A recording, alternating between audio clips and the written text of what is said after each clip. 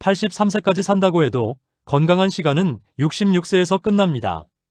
나머지 17년은 어딘가 아프면서 살아가는 시간이에요. 이 숫자를 아시는 분이 얼마나 될까요? 여러분, 사람들한테 인생에서 가장 후회하는 게 뭐냐고 물어보면 항상 비슷한 세 가지가 나옵니다. 건강 관리를 소홀히 한 것, 하고 싶은 말을 하지 못한 것, 가족과 더 많은 시간을 보내지 못한 것. 그런데 이 세 가지는 전부 다 되돌릴 수 없는 것들이에요. 시간이 지나고 나서야, 그때 했어야 했는데 하고 후회하죠. 만약 이걸 지금 모른 채로 그냥 넘어간다면 우리도 똑같은 후회를 하게 될 겁니다. 남들 이야기가 아니에요. 바로 우리 이야기입니다. 혹시 병원 대기실에 오래 앉아본 적 있으시죠? 진료 순서를 기다리면서 괜히 옆 사람 표정도 살펴보고 번호판 숫자가 바뀔 때마다 가슴이 철렁하고 그 짧은 시간 동안 별의별 생각이 다 들잖아요. 검사 결과가 괜찮으면 어쩌나, 혹시 큰 병이면 어쩌나. 그런데 막상 결과가 괜찮으면요. 병원 문을 나서는 순간 그 걱정은 금방 잊어버립니다. 다시 바쁜 일상으로 돌아가고 건강 관리하겠다던 다짐도 슬그머니 사라지죠. 저도 그랬습니다. 솔직히 말씀드리면 저도 그렇게 수십 년을 살았어요. 어느 날 병원 복도에서 세 부류의 사람을 보았습니다. 검사 결과를 기다리면서 두 손을 꼭 쥐고 초조한 표정을 짓는 분이 계셨고, 퇴원 수속을 마치고 가족 손을 잡으며 환하게 웃는 분이 계셨고, 보호자 대기실 구석에서 아무 말 없이 조용히 창밖을 바라보는 분이 계셨습니다. 세 분 다 전혀 다른 상황인 것 같지만 공통점이 하나 있었어요. 어제까지만 해도 자기가 이 복도에 앉게 될 줄은 몰랐다는 것입니다. 우리도 마찬가지입니다. 내일 무슨 일이 생길지 아무도 모릅니다. 이렇게 미루고 또 미루는 사이에 정말 중요한 것들이 하나둘 손가락 사이로 빠져나갑니다. 건강도 그렇고 사람 사이의 정도 그렇고 하고 싶었던 일도 그렇습니다. 그 마음 저도 너무 잘 알아요. 지금도 그런 후회 하나쯤은 안고 살고 있으니까요.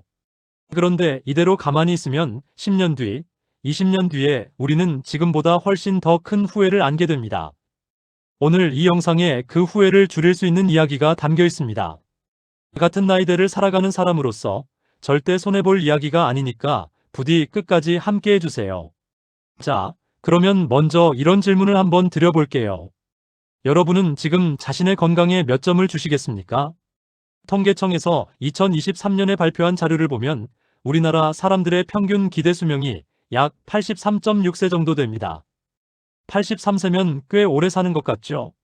그런데 여기서 중요한 숫자가 하나 더 있어요. 건강 수명이라는 건데요. 이건 쉽게 말해서 큰 병치레 없이 거뜬하게 살 수 있는 나이를 뜻하는 겁니다. 이 건강 수명이 약 65.8세, 그러니까 대략 66세 정도밖에 안 돼요. 무슨 뜻이냐면 83세까지 산다고 해도 마지막 17년에서 18년 정도는 어딘가 아프면서 살아간다는 뜻입니다. 무릎이 시큰거리든, 혈압약을 매일 챙겨 먹어야 하든, 허리가 뻐근해서 오래 앉아있기 힘들든, 아니면 더 큰 병과 씨름하든. 기대 수명과 건강 수명 사이에 약 18년이라는 공백이 있는 겁니다. 이 숫자를 처음 들으셨을 때 어떤 생각이 드셨나요? 저는 솔직히 좀 놀랐습니다. 그런데 재밌는 게 뭐냐면요. 이렇게 숫자로 보면 뻔히 알면서도 우리는 중요한 일을 참 잘 미룹니다. 손주한테 전화해야지 하면서 며칠이 지나고, 오래된 친구한테 밥 한번 먹자 해야지 하면서 몇 달이 지나고, 운동을 시작해야지 하면서 몇 년이 지나갑니다. 배우자한테 고맙다는 말 한마디 해야지 하면서도 괜히 쑥스러워서 넘기고, 건강검진 예약해야지 하면서도 귀찮아서 미루고, 다음 주에 하지 뭐, 내일부터 시작하지 뭐. 이 말이 쌓이고 쌓이면 결국 10년이 되고 20년이 됩니다. 그리고 어느 순간 깨닫죠. 그때 했어야 하는 건데. 여러분은 어떠세요? 혹시 지금 미루고 계신 것 중에 하나라도 마음에 걸리는 게 있으신가요? 아마 대부분 한두 개쯤은 해당되실 겁니다. 저도 그래요.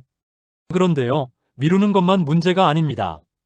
우리가 두 손에 꽉 쥐고 안고 사는 짐도 한번 돌아볼 필요가 있어요. 혹시 옷장 정리를 하다가 한참을 멍하니 서 있었던 적 있으신가요? 옷장을 열면 입지도 않는 옷들이 빼곡합니다.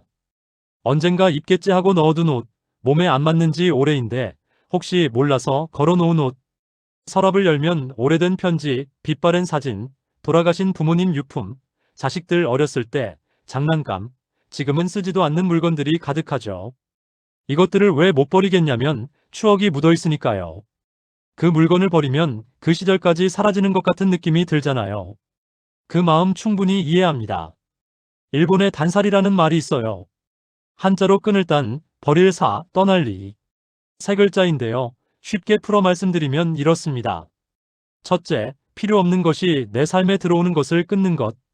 둘째, 이미 가지고 있는 것 중에 안 쓰는 것을 과감히 내보내는 것. 셋째, 물건이든 감정이든 거기에 너무 매달리지 않고 훌훌 떠나보내는 것. 원래는 물건 정리에서 시작된 말인데 저는 이게 우리 마음에도 똑같이 적용된다고 봐요. 오래전에 틀어진 형제 사이에 아직도 남아있는 서운함. 직장 생활 내내 삼켰던 억울함. 며느리한테 서운했던 마음. 자식한테 섭섭했던 기억. 혹은 반대로 내가 누군가한테 상처를 줬던 일에 대한 죄책감. 이런 감정들을 수십 년째 마음 한쪽에 쌓아두고 계시지는 않으신가요? 이런 감정들도 물건처럼 정리가 필요하지 않겠습니까? 주변에 이런 분 한 번씩 계시잖아요. 30년 넘게 왕래가 없던 형제한테 어느 날 먼저 전화를 건 분. 자존심 때문에 절대 먼저 연락 안 하겠다고 버텼는데 어느 날 거울을 보니까 자기도 모르게 부쩍 늙어 있는 게 보이더래요. 그때 문득 생각이 들었대요. 저 사람도 나처럼 늙어가고 있겠구나. 그래서 수화기를 들었다고 합니다. 막상 전화하고 나니까 그렇게 마음이 후련하더라고 하시더군요. 왜 진작하지 않았을까? 버린 그 시간이 너무 아깝다고. 또 이런 이야기도 들었습니다. 옷장을 정리하다가 까맣게 잊고 있던 옛날 결혼식 사진을 발견한 할머니가 계셨대요. 흑백 사진 속에 한복을 곱게 입은 젊은 시절의 자기 얼굴을 보면서 한참을 웃으셨다고 해요. 그리고 그날 옷장에 있던 물건을 절반 넘게 비우셨대요. 물건을 비우니까 공간만 넓어진 게 아니라 이상하게 마음이 넓어졌다고 기분이 좋아지더라고 말씀하시더라는 겁니다. 비운다는 건 포기하는 게 아닙니다. 진짜 중요한 것을 위해 자리를 만들어주는 거예요. 마음의 서랍도 마찬가지입니다. 묵은 감정을 하나 비워내면 그 자리에 새로운 감사가 들어올 수 있습니다. 자, 그런데 여기서 한 가지 더 생각해 봐야 할 것이 있습니다. 우리 모두 나이를 먹잖아요. 이건 누구도 피할 수 없는 일이죠. 그런데 같은 나이를 먹어도 사람마다 너무나 다른 모습으로 늙어갑니다. 여러분 주변에도 이런 두 부류의 분이 계실 거예요. 한쪽에서는 이 나이에 뭘 새로 해, 다 부질없어 하시는 분이 있고, 다른 쪽에서는 요즘 그림을 배우기 시작했는데 이게 참 재밌어 하시는 분이 있습니다. 똑같이 70이 넘었는데 말이에요. 같은 세월을 살았는데 한 분은 매일이 지루하고 한 분은 매일이 새롭습니다. 이게 왜 그런 걸까요? 미국 하버드 대학교에서 아주 유명한 연구를 하나 했습니다. 이름이 좀 기니까 쉽게 말씀드릴게요.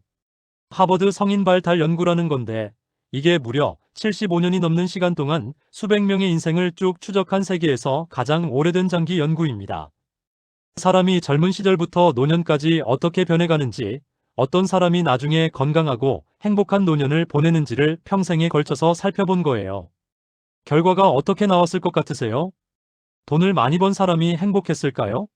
사회적으로 높은 지위에 오른 사람이 행복했을까요? 아닙니다. 75년간 추적해보니까 행복한 노년을 보내는 사람들의 공통점은 딱 하나였어요. 따뜻한 인간관계를 꾸준히 유지한 사람들이었습니다. 재산이 아니고 명예가 아니고 건강조차도 그 다음이었어요.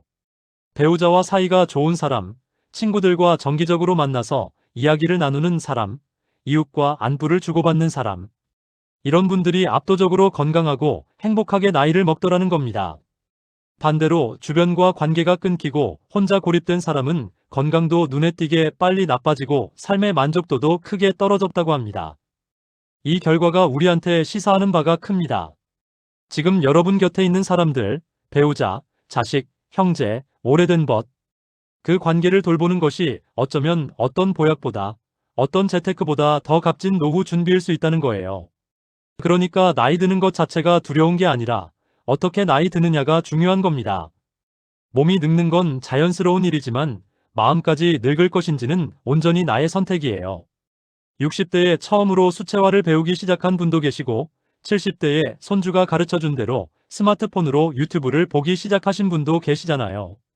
평생 부엌에만 계시던 어머니가 요리 사진을 찍어서 자식들한테 보내기 시작한 이야기도 들어봤습니다. 이런 분들 보면 나이가 숫자에 불과하다는 말이 괜히 있는 게 아니구나 싶습니다. 그렇다면 우리가 오늘부터 당장 할 수 있는 건 뭘까요? 거창한 게 아닙니다. 정말 아주 작은 것부터 시작하면 됩니다. 미국의 마틴 셀리그먼이라는 유명한 심리학자가 있습니다. 이분은 사람의 행복을 과학적으로 연구하는 분이에요. 긍정심리학이라는 분야의 창시자라고 할 수 있는데 쉽게 말하면 사람이 어떻게 하면 더 행복해질 수 있는지를 실험으로 증명하는 학문입니다.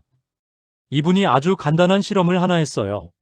사람들한테 매일 밤 잠들기 전에 오늘 감사했던 일 3가지를 적어보라고 한 겁니다. 거창한 게 아니라 오늘 날씨가 좋아서 기분이 좋았다. 점심에 먹은 된장찌개가 맛있었다. 오랜만에 친구한테서 전화가 왔다. 이 정도면 충분합니다. 그런데 이걸 딱 3주만 꾸준히 하니까요. 놀라운 결과가 나왔습니다. 감사일기를 쓴 사람들이 쓰지 않은 사람들보다 삶의 만족도가 눈에 띄게 올라간 겁니다. 특별히 뭘 바꾼 것도 아닌데 생각하는 방식을 조금 바꿨을 뿐인데 진짜로 기분이 달라진 거죠. 이걸 우리 생활에 맞게 정리해 볼게요. 딱 3가지만 기억하시면 됩니다. 첫째, 미루지 않기. 건강검진이든 사랑하는 사람에게 고맙다 한마디든 오래된 친구에게 전화 한 통이든 내일로 미루면 그 내일은 영영 오지 않을 수 있습니다. 오늘 할 수 있는 것은 오늘 하세요. 둘째, 마음의 짐 내려놓기. 오래된 서운함, 쓸데없는 걱정, 물건에 대한 집착. 비우면 공허해지는 게 아니라 오히려 마음의 여유가 생깁니다. 단사리의 지혜처럼 물건도 감정도 쥐고 있는 것을 하나씩 놓아보세요. 셋째, 작은 습관 시작하기. 아침에 눈 뜨면 오늘 기대되는 것 딱 하나만 떠올려 보세요. 오늘 뭘 먹을까? 누굴 만날까? 산책이라도 나가볼까? 아주 사소한 것이라도 좋습니다. 기대할 게 있으면 아침에 일어나는 발걸음이 달라집니다. 그리고 하루에 딱 한 사람한테 고마움을 표현해 보세요. 마트 계산대 직원한테 수고하셨습니다. 한마디, 옆집 이웃한테 날이 좋네요 하고 인사 한마디, 배우자한테 밥 맛있다 한마디. 고맙다는 말은 듣는 사람보다 하는 사람의 마음이 더 따뜻해집니다. 마지막으로 잠들기 전에 오늘 하루 중에 괜찮았던 순간 하나를 떠올려 보세요. 아무리 힘든 하루였어도 분명 괜찮은 순간이 하나는 있었을 겁니다. 햇살이 따뜻했던 오후, 손주한테서 온 짧은 메시지, 동네를 한 바퀴 돌면서 느꼈던 선선한 바람. 그 순간을 기억하면서 잠들면 내일도 괜찮을 거라는 마음이 생깁니다. 이 3가지가 뭐 대단한 거냐고 하실 수도 있어요. 그런데요, 이 작은 습관들이 모이면 하루가 바뀌고, 하루가 바뀌면 한 달이 바뀌고, 한 달이 바뀌면 1년이 바뀝니다. 결국 우리 인생이 바뀌는 거예요. 지금 이 순간을 한번 느껴보세요. 지금 여러분은 어딘가에 편히 앉아서 혹은 누워서 이 이야기를 듣고 계시잖아요. 걸을 수 있고, 볼 수 있고, 들을 수 있고, 생각할 수 있다는 것. 이것만으로도 이미 엄청난 선물을 받고 사는 겁니다. 어떤 조건이 갖춰져야 행복한 게 아니에요. 지금 이 순간 살아있다는 것 자체가 이미 행복의 조건입니다. 우리가 너무 과거에 매달려 살면 자책이 되고 너무 미래만 바라보면 불안이 됩니다. 그때 그렇게 하지 말았어야 했는데 앞으로 어떻게 되려나. 이런 생각들이 꼬리에 꼬리를 물면 지금 이 순간이 사라져버립니다. 과거에 대한 자책도 미래에 대한 걱정도 사실 둘 다 현재를 잡아먹는 도둑이에요. 지금 여기 오늘 하루에 마음을 두는 것.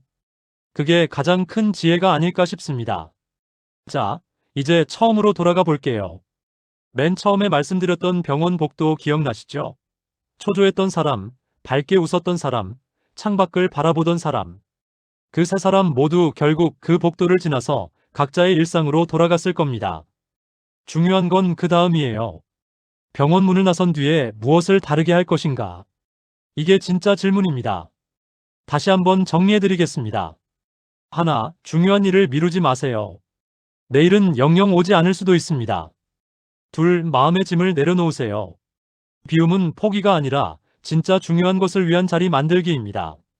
셋, 따뜻한 관계를 돌보세요. 75년간의 하버드 연구가 증명했습니다. 행복한 노년의 가장 확실한 비결은 내 곁의 사람입니다. 넷, 오늘 하루를 소중히 사세요. 아침에 기대 하나, 낮에 감사 하나, 밤에 괜찮은 기억 하나. 이 작은 습관이 인생을 바꿉니다. 우리 모두는 언젠가 그 복도에 앉게 됩니다. 그때 후회 없으려면 지금 이 순간이 가장 좋은 때입니다. 오늘 들으신 이야기 중에 하나라도, 딱 하나만이라도 오늘부터 시작해보세요. 내일이 아니라 오늘이요. 내일의 나는 오늘의 내가 만드는 거니까요. 오늘도 이렇게 끝까지 들어주셔서 정말 감사합니다. 여러분의 오늘이 어제보다 조금 더 따뜻하고 내일은 오늘보다 조금 더 가벼운 하루가 되시길 진심으로 바랍니다. 앞으로도 우리 나이대에 꼭 필요한 이야기들, 알아두면 힘이 되는 이야기들을 계속 가져올 테니까 다음 영상에서도 꼭 다시 만나요. 우리 같이 걸어갑시다.